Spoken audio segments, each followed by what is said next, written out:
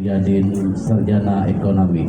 Untuk itu kami persilakan dengan segala hormat. Shallu ala Sayyidina Muhammad.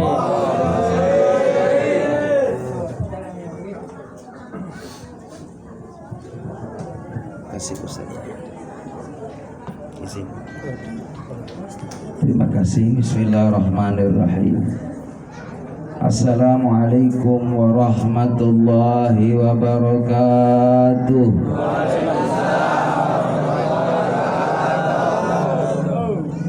Bismillahirrahmanirrahim. Masyaallah la yasqul khaira ilallah. Bismillahirrahmanirrahim. Masyaallah la yasrifu su'a ilallah. Bismillahirrahmanirrahim. Maka min nikmatin fa minallah.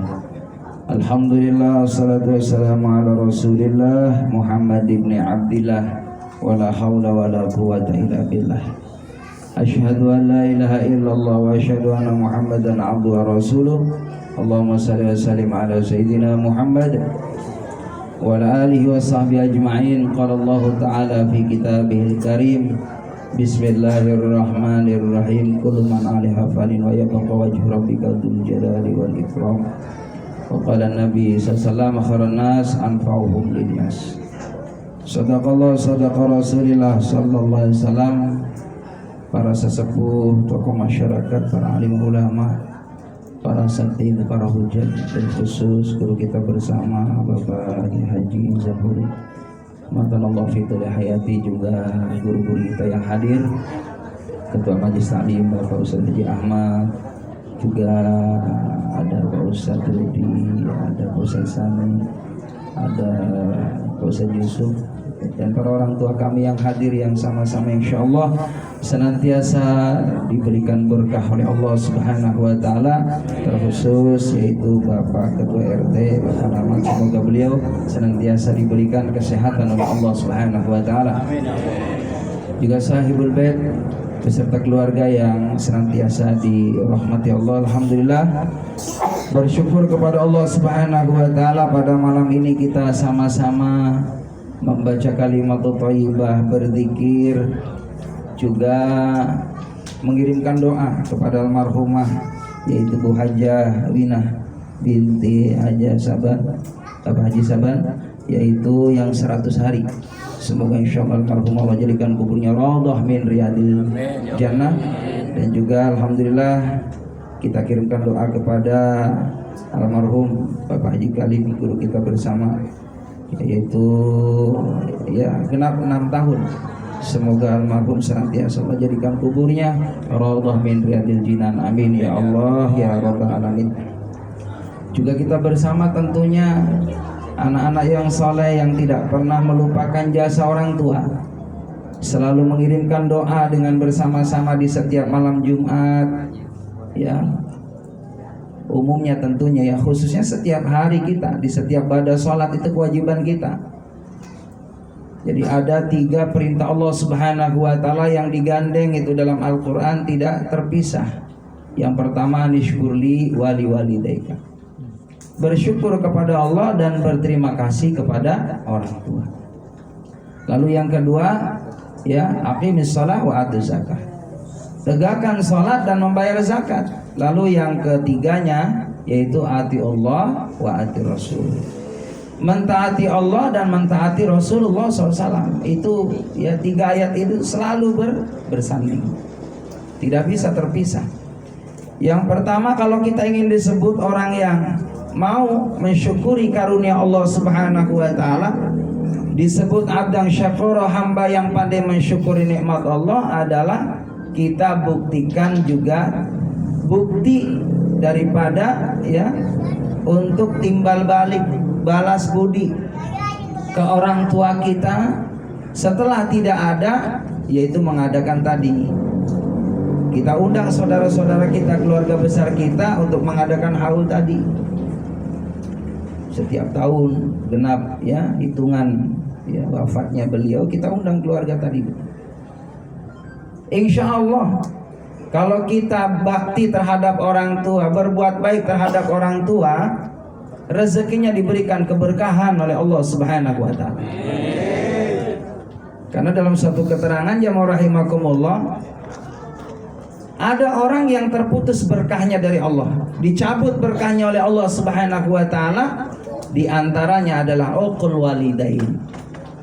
Nyakitin orang tua, hidupnya tidak akan berkah, baik semasa hidupnya ataupun sudah tidak ada. Masih ada kaitannya, hadirin jamaah rahimakumullah, orang tua kita yang sudah tidak ada di alam barzakh, mereka pun sama, mengetahui apa yang diperbuat oleh anak cucunya. Kalau anak cucunya dia senantiasa sering mengirimkan doa kepada almarhum almarhumah, mereka pun mendoakan untuk anak cucunya di hadapan Allah Subhanahu wa taala, sama sebagaimana anak cucunya berbuat baik kepada almarhum almarhumah, juga almarhum almarhumah memunajat kepada Allah Subhanahu wa taala, ya Allah, berikan keberkahan, kebaikan kepada anak cucu. Hadirin jamaah yang dimuliakan oleh Allah Subhanahu wa taala. Orang yang berdoa kepada Allah Subhanahu wa taala lalu dikirimkan kepada orang yang kita sebutkan tadi, almarhum almarhumah, itu sampai. Karena mereka tidak ada lagi yang diharapkan kecuali amal soleh daripada ahli warisnya. Ada seorang sahabat bertanya ke Rasulullah, ya Rasulullah, aku belum banyak bakti terhadap orang tuaku, apa yang mesti saya lestarikan yang terus pahalanya juga sama untuk orang tuaku juga dapat kebaikan? Yang pertama, doakan setiap waktu.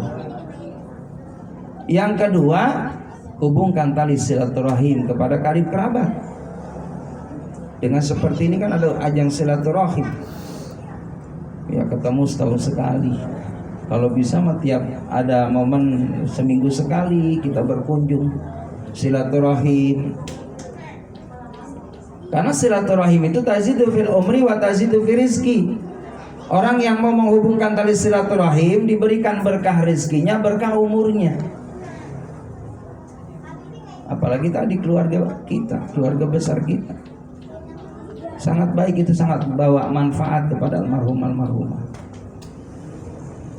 Lalu selanjutnya jamaah rahimakumullah, sedekah atas nama almarhum almarhumah. Jadi kalau hari Jumat kita ada rezeki nih, bismillah ya Allah, saya ya sedekah 20.000, pahalanya juga saya ya berikan hadiahnya untuk orang tua. Itu sampai, hadirin.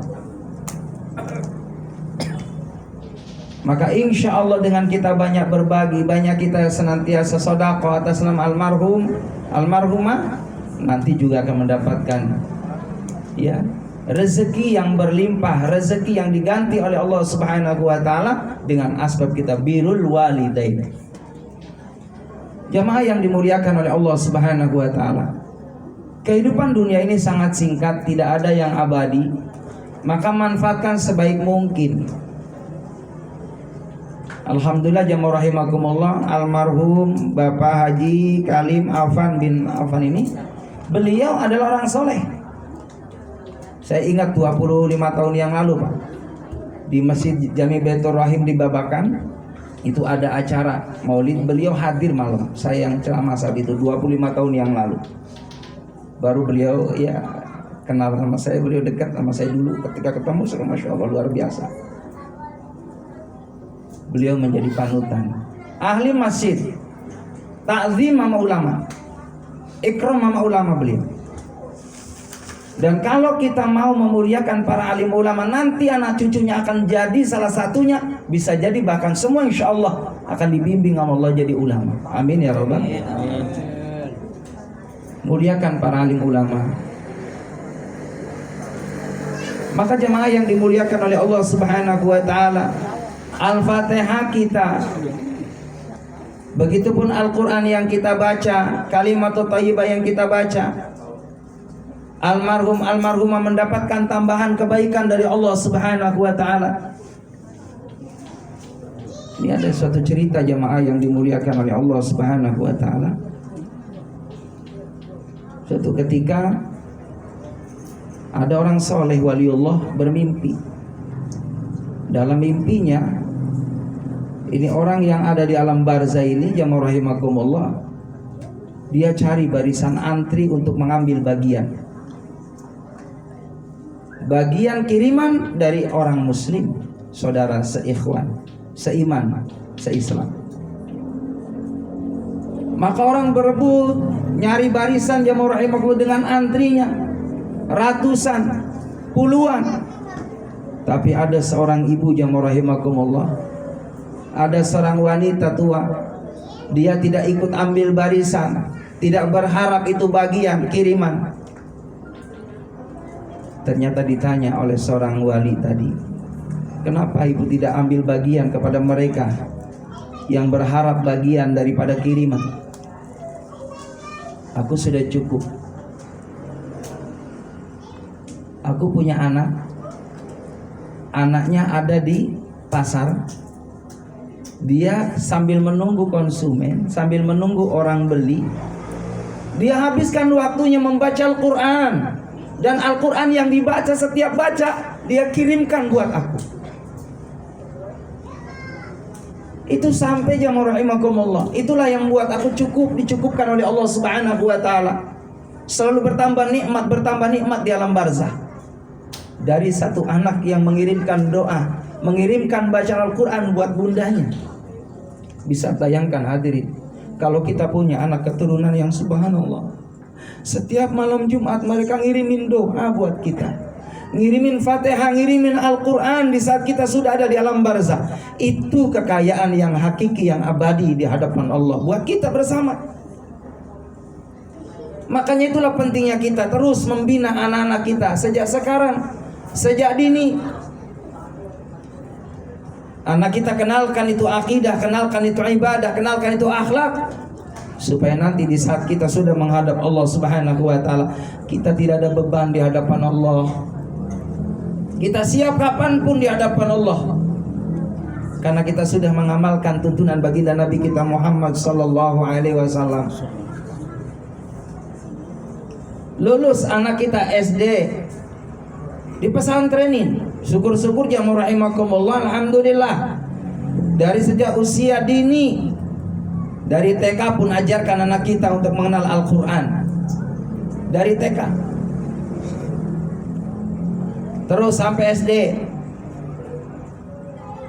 bahkan sampai SD lanjut ke SMP, ke SMA, terus tidak ada batas yang namanya nyari ilmu Allah Subhanahu wa taala. Ini penyakitnya kita nih di mana-mana umumnya.